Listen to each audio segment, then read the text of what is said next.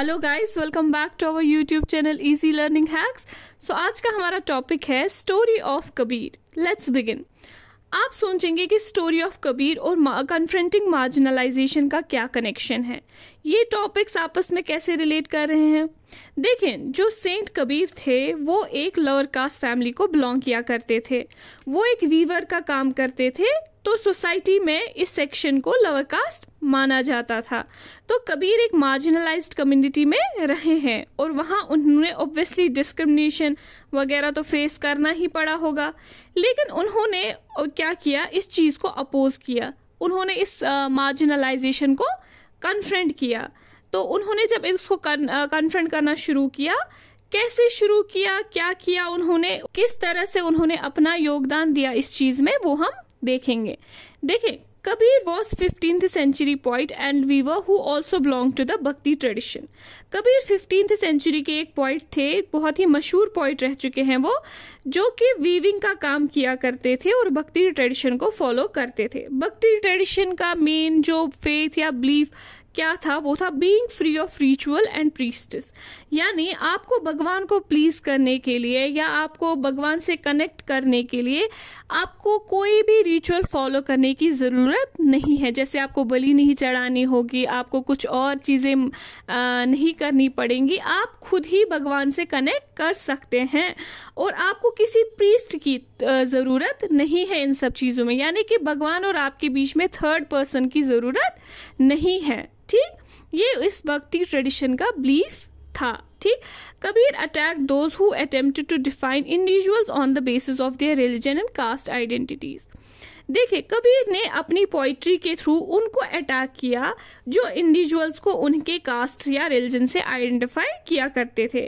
उनकी व्यू ये थी कि हर कोई पर्सन, चाहे किसी भी पर्सन में एबिलिटी है कि वो स्पिरिचुअल सैल्वेशन और नॉलेज हासिल कर सकते हैं अपने एक्सपीरियंस के आधार पर।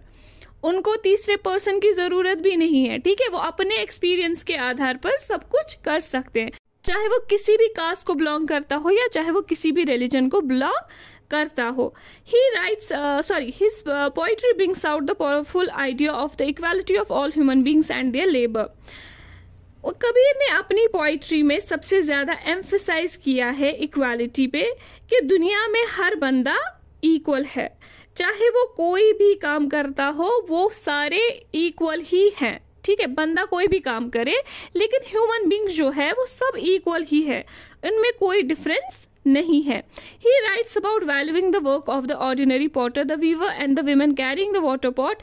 Labor in his poet becomes the basis of understanding the entire universe। देखिए, क्या है कि उन्होंने लिखा कि हर काम की वैल्यू करना ज़रूरी है, चाहे वो काम किसी एक पॉटर का हो, ठीक है, चाहे वो काम कोई वीवर का हो या कोई औरत जो अपने सर पे पानी का मटका लेके जा रही हैं। हर काम की अपनी वैल्यू है, हर काम इक्वल है, इनका यही मानना था। इनकी पोइट्री में जो लेबर है उसके बेस पे उन्होंने हमें पूरा कायनात समझ सकते हैं। ठीक है, हम पूरा कायनात समझ सकते हैं इनकी पोइट्री के बेसिस पे। ठीक, even today, Kabir's poetry is sung and appreciated by Dalits, marginalized groups, and those critical of social hierarchies in UP, Rajasthan, Punjab, Madhya Pradesh, Bihar, Bengal and Gujarat। Kabir की करेज और उनका ओपन वे में लिखना, मतलब उस सब को देखकर आज भी ना कई लोग उनसे इंस्पायर होते हैं और आज भी इनकी पोइट्री जो है वो गाई जाती है, लोग उस पोइट्री को बोला करते हैं और अप्रिशिएट भी की जाती है। कौन अप्रिशिएट करते हैं? स्पेशली एक तो दलित्स अप्रिशिएट करते हैं उनकी पोइट्री को, मार्जिनलाइज्ड ग्रुप्स पोइट्री को इनकी अप्रिशिएट करते हैं, क्योंकि वो अपनी पोइट्री में ऐसी चीज़ें लिखा करते थे क्यों जो उन्होंने फेस की है और वो बोला करते थे कि ये चीज़ें सही नहीं है, और वो जो सोशल हायरार्की के खिलाफ है, चाहे वो यूपी में हो, राजस्थान में हो, एमपी में हो, बंगाल में हो या गुजरात में हो। ठीक है, वो सब इनकी पोइट्री को अप्रिशिएट करते हैं आज भी। ठीक है, तो इसके साथ ही हमारा स्टोरी ऑफ कबीर जो है वो यहीं पे फिनिश होता है। आई होप कि आपको ये समझ आ गया हो कैसे कन्फ्रंटिंग मार्जिनलाइजेशन और स्टोरी ऑफ कबीर रिलेटेड है, और मिलते हैं हम नेक्स्ट वीडियो में।